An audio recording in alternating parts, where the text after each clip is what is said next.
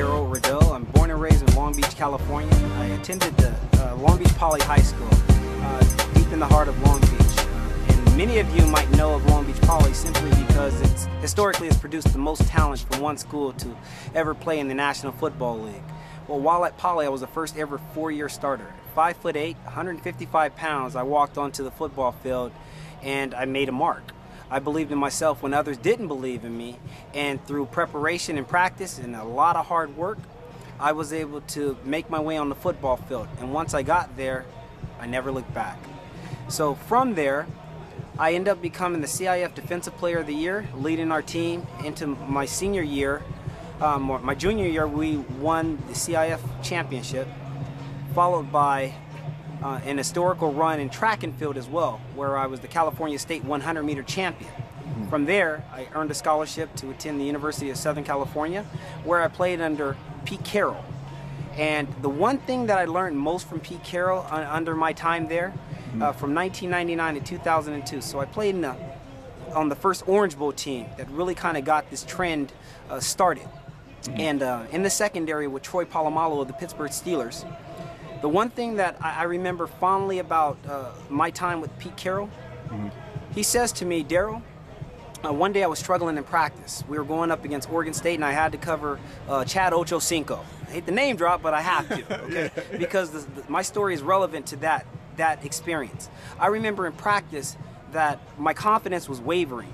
I would abandon my technique, or what coaches would say, open the gate or hinge, almost like opening the door. I would give receivers a free release off the line. And it had nothing to do with my ability, but it had everything to do with my mental approach. So he says to me, Daryl, during your lunch break, why don't you come to my office? So I went to his office right after my lunch break and right before our meeting started. He says to me, we watched a little bit of film, and Pete Carroll says to me, he says, Daryl, tell me what you were thinking here. Well, I said, well, we're going up against Chad Ochocinco. At the time, it was just Chad Johnson. Yeah. And I just really want to make sure I'm prepared. I don't want him to get behind me. He says, Daryl, think of me no different than a sales manager. A good sales manager can give a young salesman the right pitch to read, the right script. He can even, if he still struggles, he can give that salesman a senior sales manager to come in and close the deal. He says, that is no different than a corner. If you're struggling on a football field, I can give you help over the top with the safety. I can even bring over a linebacker to help you cover Chad Johnson. But you know the one thing the salesman can't do and the one thing a coach can't do? They can't take away the emotions of you making a mistake. So as a salesman, if you're afraid to pick up the phone and make that first call, or on the football field, if you defeated yourself before you lined up and you abandon your technique, no one can help you. So his advice to me that always stood to me was, your confidence comes in your preparation and your ability.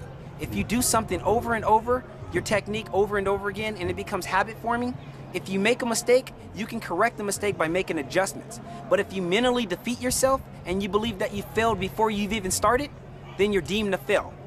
So if there's any advice I can give young athletes is come in with confidence, and your confidence is always going to come in the form of your preparation. If you believe in the preparation that you've done, then go out and believe in your ability. Your ability will not defeat you if you mentally are prepared. So with that, I left USC and I signed undrafted with the Indianapolis Colts. So I had the pleasure and privilege of playing with Peyton Manning and Tony Dungy. The experience is still the same. My fondest memory of being there with Peyton Manning, and this one will be short. He pulled all the rookies together. And Peyton, they showed us highlights of us performing well and us struggling on the field. But I recall being there with the other 15 drafted and undrafted rookies, and as we're watching highlights, and this was a big week, we're going up against one of our rivals, might have even been the New England Patriots. But I recall at that time, Peyton said, the highlighted plays, remember the feeling of what it felt like when you made a good play, because everyone in this room is capable of making those kind of plays. But then he said, but never forget the mistakes that were just made also on those highlights, because it's the mistakes that will cost us a chance to win a championship.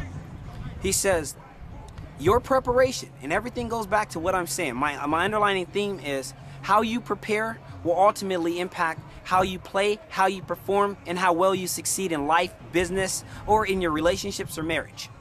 Everything comes with the preparation, the amount of attention to details that you put into it. But Peyton Manning finished that sentiment to the rookies by saying, your consistency lies in your preparation. And ever since then, I've always taken those two things from Pete Carroll and Peyton Manning to heart. And now that I'm in business, I'm a partner at Morgan Stanley, and we manage money for entertainers and athletes, my principles do not change. Whether I'm on the football field or I'm managing money for clients, I still have a financial playbook that we live by, and I still have principles that I stick with. And when I struggle or I find myself deviating and my confidence starts to derail, I go back to my center. I go back to my core values that I've spent time with when no one else was around, figuring out who am I and where am I going. So once you determine who you are and where you're going, you'll understand what you can offer your teammates. You'll understand what you can offer and the value you can bring to clients. So thank you, good luck, and I hope that what I share with you, you find it impactful. My name once again is Darrell Rideaux, D-A-R-R-E-L-L, last name Rideaux, R-I-D as in David, E as in Edward, A-U-X. And I just got mixed.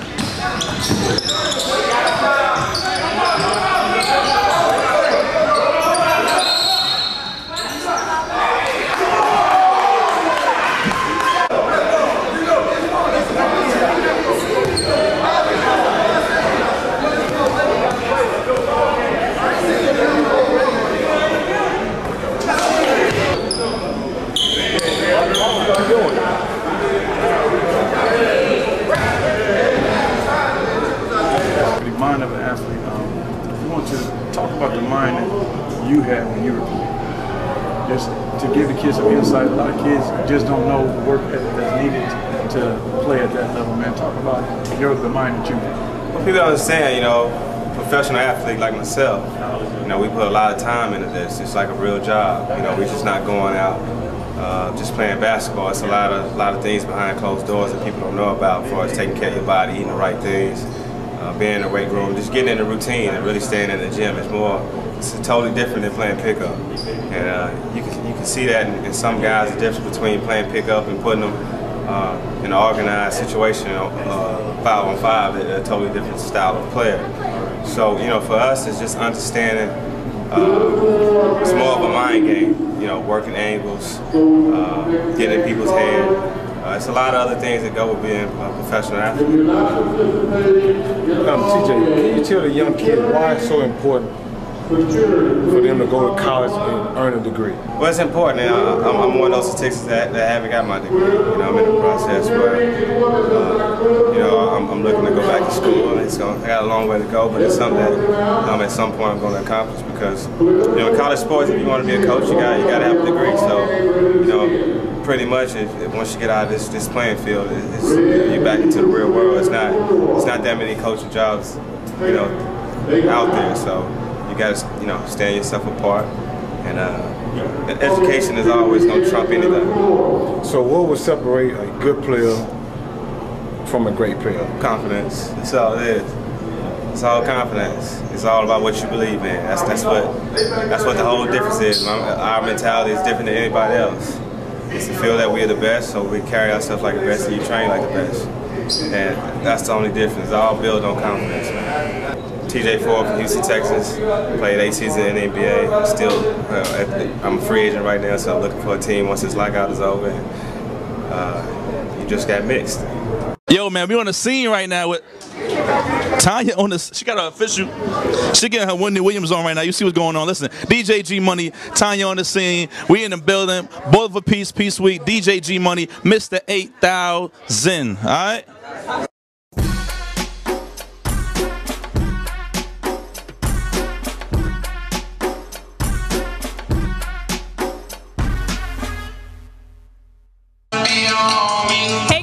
up? It's Tanya on the scene. I'm here at Baruch College. I'm here covering the Ballin' for Peace charity event. I am on the court, but not playing tonight. I will not embarrass myself, but I have your recap coming up, so stick around.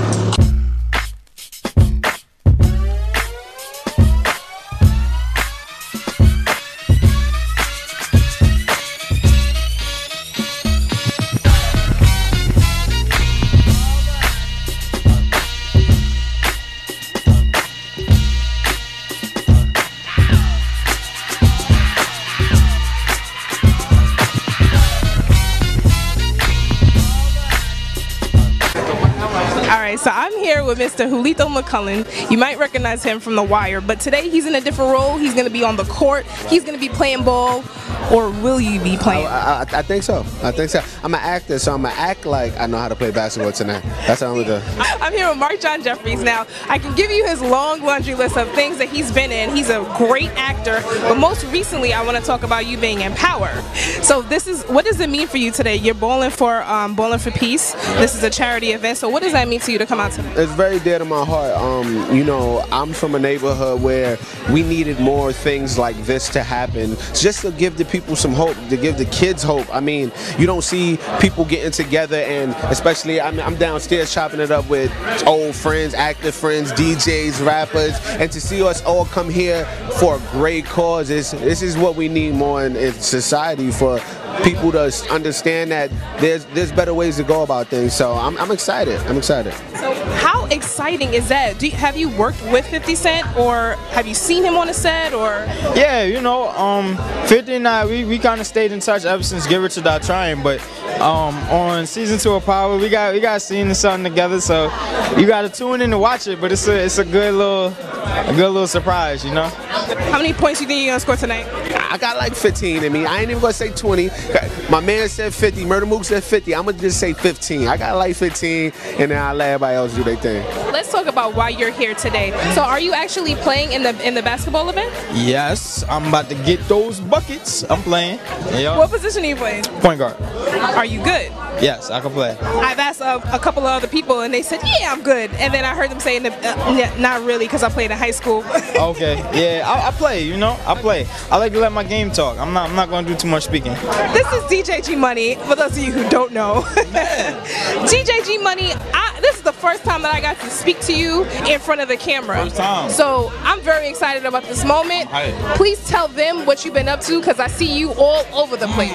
Everywhere, man. You know, I see, we're shutting down on the radio, man. DTF Radio every Thursday night. It's something crazy on there. #1 online radio show, 3 years in a row. You know, we shutting the clubs down. I'm in where? I'm at Hello, I'm at Perlou, I'm in Perfections. I'm like, it's crazy. So this is Berry Boo, and I'm here. Tanya's on the scene with Berry Boo. Yes. Now, are you playing in this event tonight? Oh, no, I'm not playing. I'm supporting tonight. Okay. I'm supporting tonight. My fellow castmate, Kay Stallone, is one of the players. And, yeah, so we're here to support him. We're shooting right now for a reality show, and we're just, we got the cameras on deck, and we're here for more support. So, DJ G Money, please tell me what you are doing here today for this event. What we doing today? What you mean on the court, or what you mean like? Are you DJing because you DJ G Money, or will you be on the court? Listen, man, I got my Space Jam juice in my bag. You know what I'm saying? I was home today watching the MJ highlights, getting inspired, getting ready, because it's that time. It's not often that I get to play on the court. So you ain't gonna count me out. I'ma keep ripping that. I'ma keep getting that. I'ma keep shutting them down. So now, so you ain't gonna count me out. I'ma keep ripping that. I'ma keep getting that. I'ma keep shutting them down. So you see, I know it's real, man. All day today, man. Money shots all day today. Money shots all day today. You know what I'm saying? Get my socks on camera. That's what we're doing today. Money shots. See me in the corner. Pass me the ball. It's over for y'all, man. That's it. That's how I'm feeling today, man.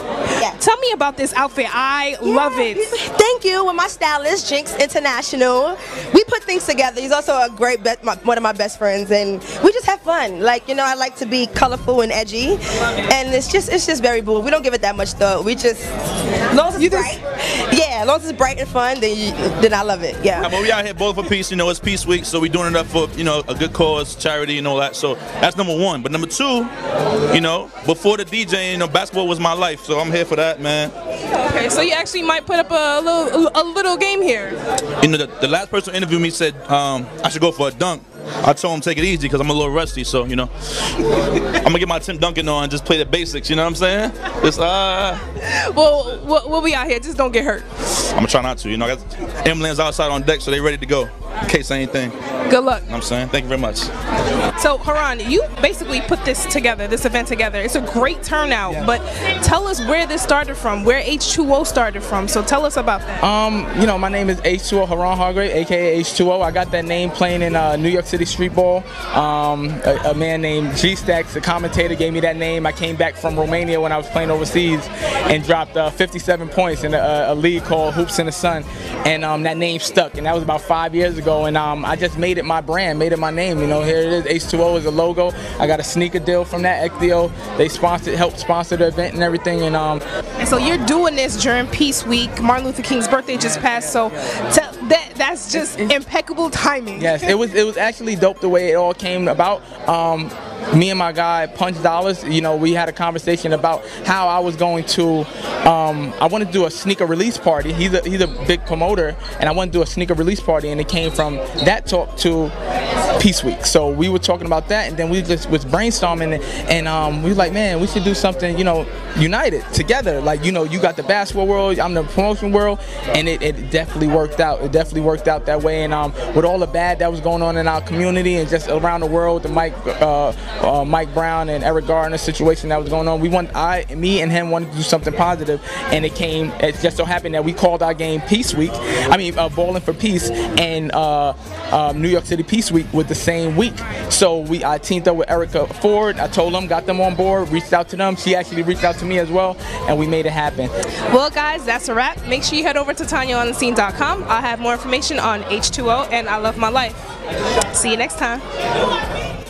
Talk about, man, the mind that you had, man, being an athlete. Well, the mind that I had when I was little, you know, when you're growing up in the hood, in the neighborhood, is to try to get out, you know. And unfortunately for me, my neighborhood was a basketball neighborhood. All we do is eat, sleep, and play basketball all day.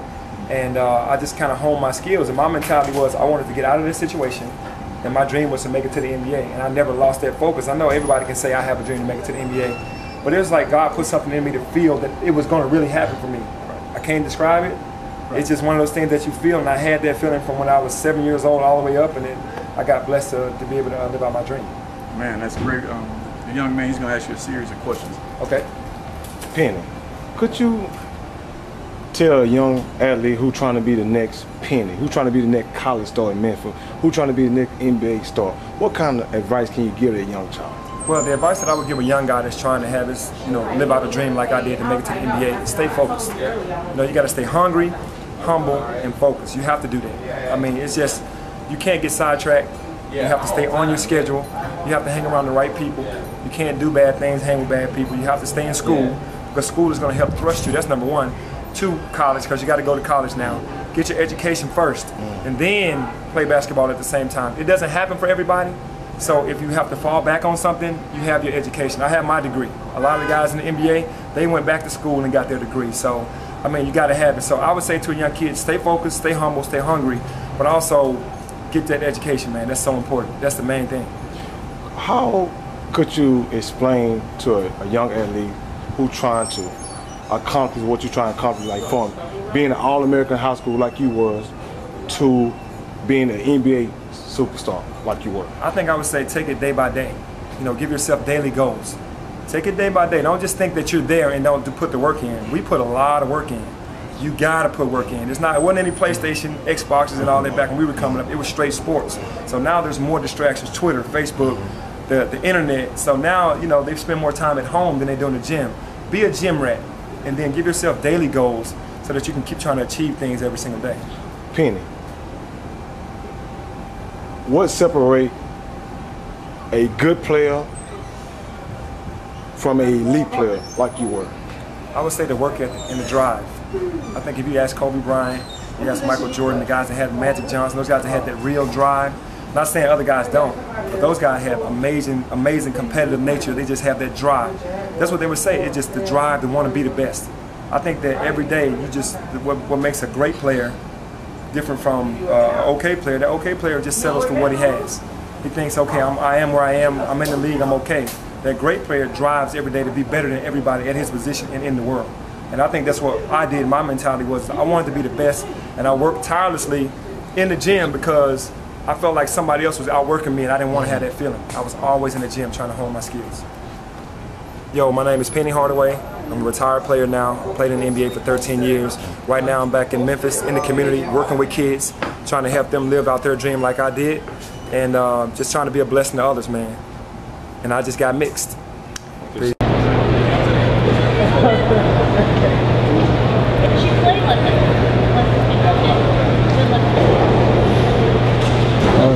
Hey, what's going on? We're here with Arian Foster, man. Mind of an athlete. Talk about the mind that you have, what drove you to the success level that you're at, what it takes, and what it takes to become the player that you became. Well, I think that, you know, initially you just have to have a dream, or just like people like to dream, but like nobody sets goals. So I think you set goals, and you can do whatever you want. And it's really cliche. People say it all the time, but you know, I'm living proof of that. And I think if you just really just had that mindset that you know, you can't be stopped, and that's what I did. You know, so that's what advice I give, is just set goals. Yes, sir. What? Who was your? I would say your mentors. Who did you look up to? What drove you, man? Yeah, growing up as a kid, you know, I wanted to be like my dad. You know, all the good that he did, and so I just wanted to be. You know, as I started growing into my own man, I just wanted to be the best. You know, me. For everybody else, and I think if everybody else takes that approach, you know, it'll be a better world. Man, that's one. My name's Arian Foster. I just got mixed. Aaron.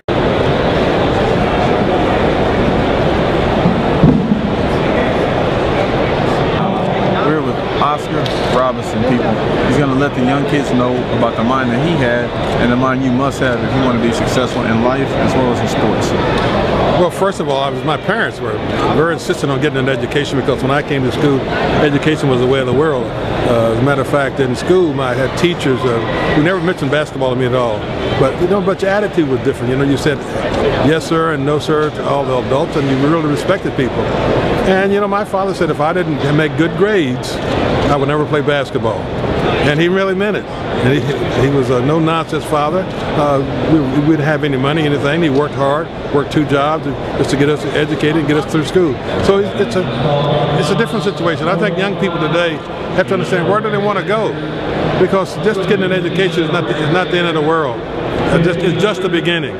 So work hard, study hard, and do the best you can, because I think there's a place for you in the world. You got to find out where it is. Mr. Robinson, who were some of your mentors and people that you looked up to? Well, most of all my teachers when I was in school, because they all had doctorates, and basketball was the Globetrotters. You know, Marcus Haynes, Goose Tatum, and guys like that. But there wasn't anything else. And I knew a lot of the boxers: Joe Louis, Kid Gavilan, Sugar Ray Robinson, and those kind of guys. These kids today don't know who they are. They can Google them up and find out who they really are. Who are some of the players that you like today that you watch and say, man, that guy can play? Well, I watched a lot of. I think there are a lot of great players. You know, they're not 1 or 2. Although that's what you try to. When you look at ESPN, they want to say, they'll say LeBron is better than Kobe and Kobe is better than Michael. But I think there are a lot of great basketball players. But the key is, can they work together to win? Yes, sir. You know, it doesn't matter how great you are, but you got to play with 4 other people, maybe 11 other guys on your team. Yes. And if you can win, then you say you're great, because sometimes it's not always a team with the best players that win championships. Yes, sir. State your name for the camera and let the people know that you just got mixed. My name is Oscar Robinson. I just got mixed. Hey, what's going on, world? This is Mind of an Athlete. This young lady's going to go ahead and introduce herself. For those that don't know her, want to introduce yourself? Hi guys, I'm Ari. I run for Long Beach Poly, and I'm a senior. Ari, talk about you being a senior. Talk about from being a freshman, some of the highlights of your career. I think like my freshman year was like my learning year. Just to kind of like get used to everything and just to experience everything. And then my sophomore year, it was kind of like a jump into the spotlight. With me winning state my sophomore year, it was just kind of like, after that, it was just kind of like a whirlpool like of everything. And my highlights have been like winning, of course, winning state, but being on some like really good teams, especially the teams that won state together, like the team title. And then this year was, of course, like signing to make sure I get my scholarship to go to college, and I think that's like a really big highlight because it just lets you know like all of my hard work has paid off. That is wonderful. I heard you talking about the teams in the past. How have those teams in the past helped you in your career? My freshman year, I came in, and that was a really, really good, powerful, deep team, and they won state like without a question. Like they pretty much had like a person in every single event, and I think that really helped me because it's just kind of like they passed like the torch down to my class, and it's kind of like we have to carry that on. We have to continue the tradition of winning state, and we do. That's wonderful. Mentors. Who are some people that you look up to? I look up to a lot of college athletes rather than professional athletes, just because they're kind of like it. You know, the system started changing, so they're kind of like new to everything that's going on. And a couple of people I looked up to was English Gardner, and she came from the University of Oregon. I also look up to Allison Felix and people like Marion Jones, just to know like what they've been through because they're from California. So it's kind of like they've been through the whole California like high school state championship experience, and now they're like running professionally. So it lets me know like where I am and where I can be. Right. Gotmix.net, we're all about people and diversity. Talk about how track gave you an opportunity to go overseas, and how did you enjoy that? Last year I made the World Youth Team, and we got to go to Ukraine, and then the year before that I made the World Junior Team, and we got to go to Barcelona. And it's kind of like how you are when you're a professional athlete, how you travel, and it's that whole experience, it's that whole like organization. It's like the meet is basically like the meet, it's just for a younger age group. And for me, since running professionally is what I want to do, it was a good experience because it lets me know like what there is like to come, and it wasn't kind of like, it wouldn't be a shock when I go professional. Like when I go overseas again, it's not a shock because I've done it already twice. So I just helped me. It's good. And what advice would you give young people that look up to you or may look at you as a role model? Never give up. Don't ever give up. Always work hard. Don't take anything for granted. Don't take what you text for granted. Because anybody can beat you on any given day. Always work hard. Stay humble, and education first. I just got mixed. That's perfect. That's it. Hey y'all. Yes. Awesome. Good. Hey, what's going on, world? This is Mind of an Athlete. This is Gotmix.net. I'm here with this young man. For those that don't know, he's going to go ahead and introduce himself and who he is. How you guys doing? I'm out in Darby, here from Long Beach, California. Currently in safe. It's Gotmix.net. Mr. Darby, man. Talk about that. You're in training camp right now, but people don't know, where did it all start for you? And it all started right here, Long Beach Milliken High School. I played for Long Beach Milliken Pop Warner, and this is where it all started for me. I'm from here, born and raised in Long Beach, California.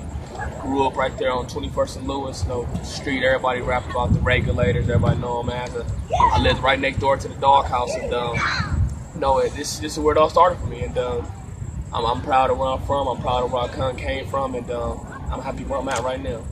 Man, that's wonderful. When a lot of people don't realize that, they look at when people are faced with adversity as it's a bad thing to go through trials and tribulations. I like how you got a chance to go through trials and tribulations, but I like how you triumphed and you overcame those things. For young kids that look up to you, how did you go about doing that? For one, man, I just kept my faith alive, man. No matter what situation that came across me, I just never let my faith, not be the reason why I keep striving for the best. And I always told myself it could be worse. Because that's truth. You say I'm crazy, but it really can be worse. You can say, well, I haven't eaten in a week. Yes, how much worse can it get? Well, you cannot eat for 2 weeks. You cannot eat for a month. It can just get worse. And the more I kept my faith in it, and the more I just always remember, man, everything happens for a reason. And to never question God's plan. You gotta have something that motivates you. And what motivated me was football. And I knew the gates and the doors that would be open by playing this game and doing it the right way. And I've seen a lot of those gates open up. I've seen so many of those doors and passageways open up, and I just look back and I say, see, you did the right thing, and you didn't fall through the cracks. You didn't let life win. You took it by the horns and you made something out of it. And like I said, man, it's just things could be worse. And I just always knew that my life was supposed to be what it's going to be right now. Yes, sir. For those that don't know about the recruiting process, man, educate the young kids on the recruiting process. Oh man, it's tough. You know, I came to Long Beach Millikan, don't really get players out, you know, like that. I think I'm the first one to get a Division I scholarship for a very long time, you know. And main thing is grades. If you don't got the grades, you can just don't matter how good you are, you can just kick that out, keep that to the door, man. It doesn't really matter because without grades, you can't go anywhere. And so I was a guy that procrastinated through high school. You know, I'm a very smart young gentleman, but I always procrastinated. I always told myself I got a lot of time, I can finish that assignment later, or I'm not gonna do any work now. But if I'd had grades, you know, who knows? I could probably went to Alabama. You know, with my film and my grades, I could have went to any school I wanted to. But unfortunately, didn't have good grades at all. And I called, you know, ASU, U of A, Oregon, Boise State, and Washington. I called all those dudes up one night and I left a message on the phone saying, hey, I'm out in Darby, Long Beach Millikan High School. And they called me back like, hey, we see your film, we're gonna offer you a full-ride scholarship. You know, we didn't have you on our list because you were a guy that was viewed as a non-qualifier. So they came and they helped me get my grades in order, and I finished with a 3.7 GPA out of high school. I turned it around and I got a full-ride scholarship. But without those grades, the recruiting, you don't even worry about that. So you gotta have good grades, man. You gotta have some schools require a higher GPA, but I say just get a 3.0 or above, and you'll put your film and hard work, dedication. You can go any college you want to go to. Who are some of the guys right now in camp that really kind of take you under the wing? No, Eric Weddle is one guy. You know, he's been in the league for 8 years, going on his 9th year. Just voted NFL top 100 players, and he's a guy. You know, he gave me his phone number, told me I can call him, text him, bug him anytime I need help with anything. Another guy is he was a free agent last year that ended up starting. Jaleel Dye. He's another guy. You know, he's a free agent like I was, and hard worker just like me. He also told me, hey man, you need help with anything, man, just give me a call. You know, this guy named Stuckey, and just a couple of veterans, just really, you know, just looking out for him. Out in Darby, I went to Long Beach Millikan High School, Arizona State University, San Diego Superchargers.